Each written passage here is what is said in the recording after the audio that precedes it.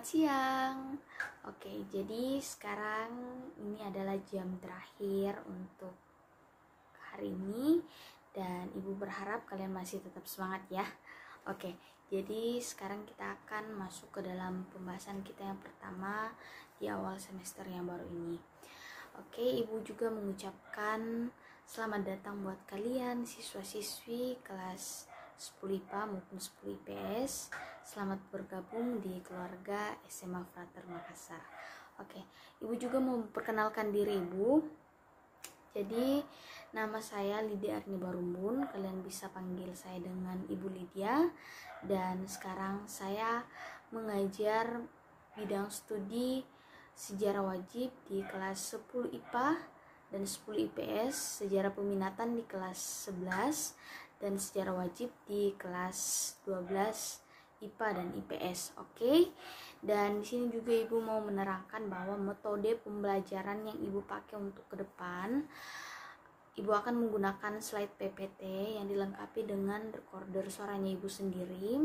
Dan kemudian untuk penugasan Ibu tetap menggunakan Google Classroom, dan untuk pengabsenan itu akan disesuaikan dengan kondisi siswa masing-masing.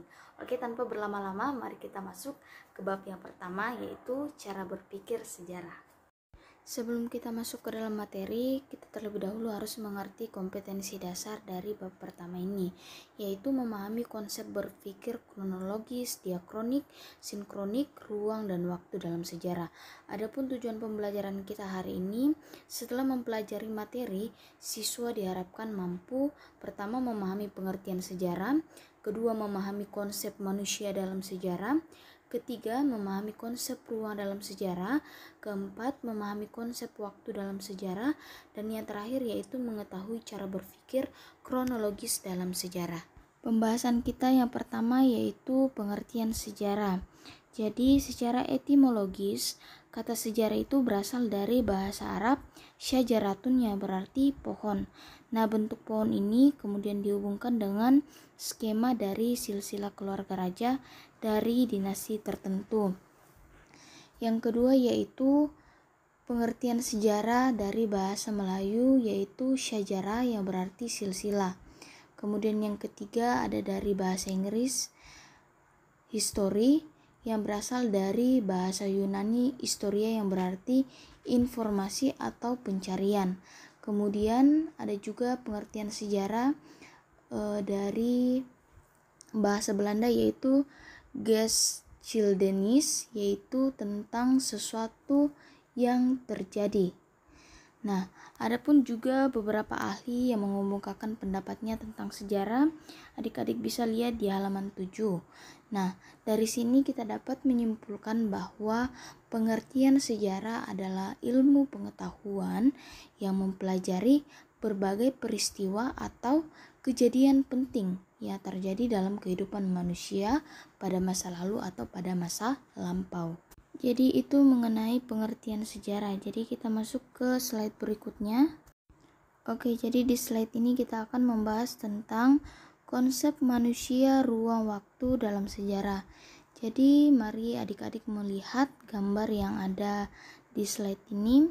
Di situ ada unsur sejarah, waktu, ruang, manusia.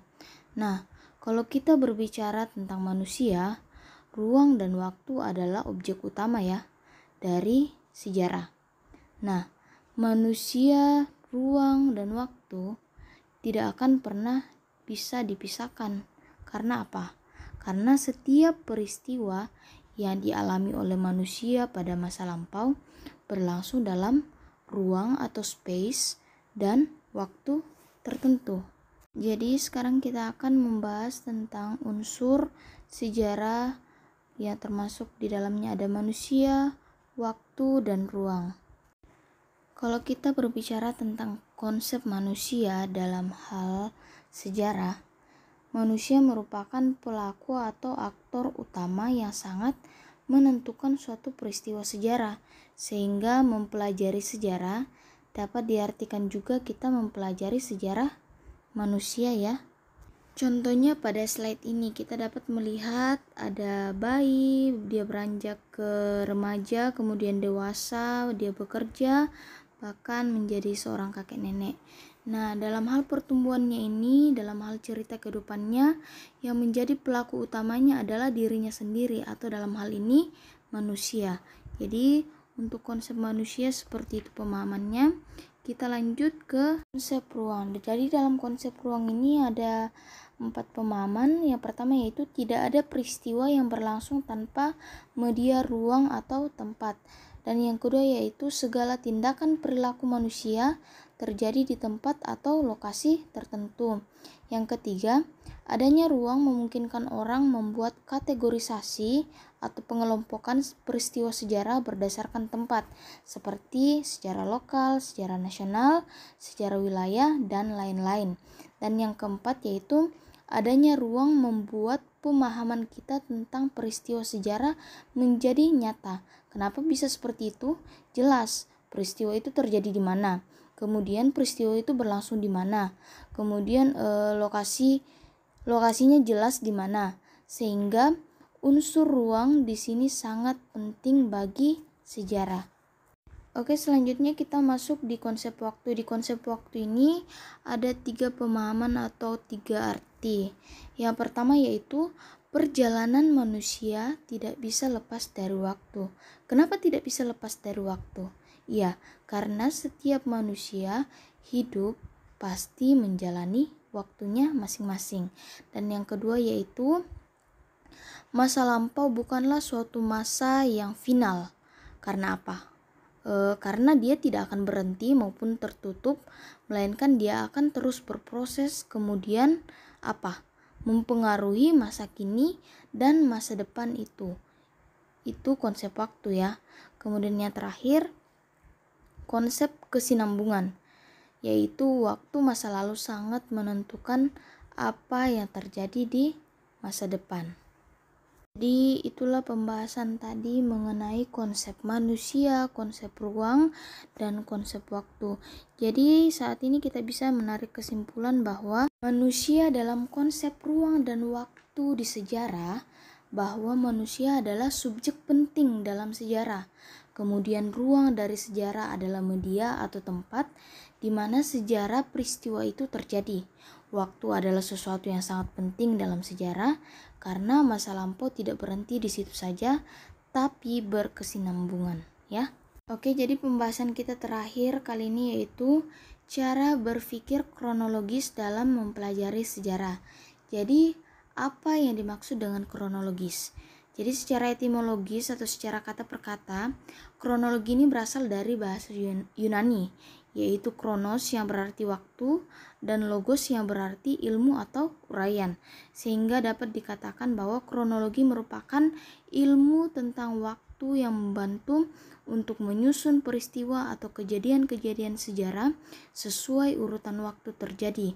Nah, kalau kronologi itu mengurutkan, lawan kata dari kronologis adalah anakronisme. Coba buka buku paketnya halaman 10. Di situ ada menjelaskan tentang anakronisme. Jadi anakronisme ini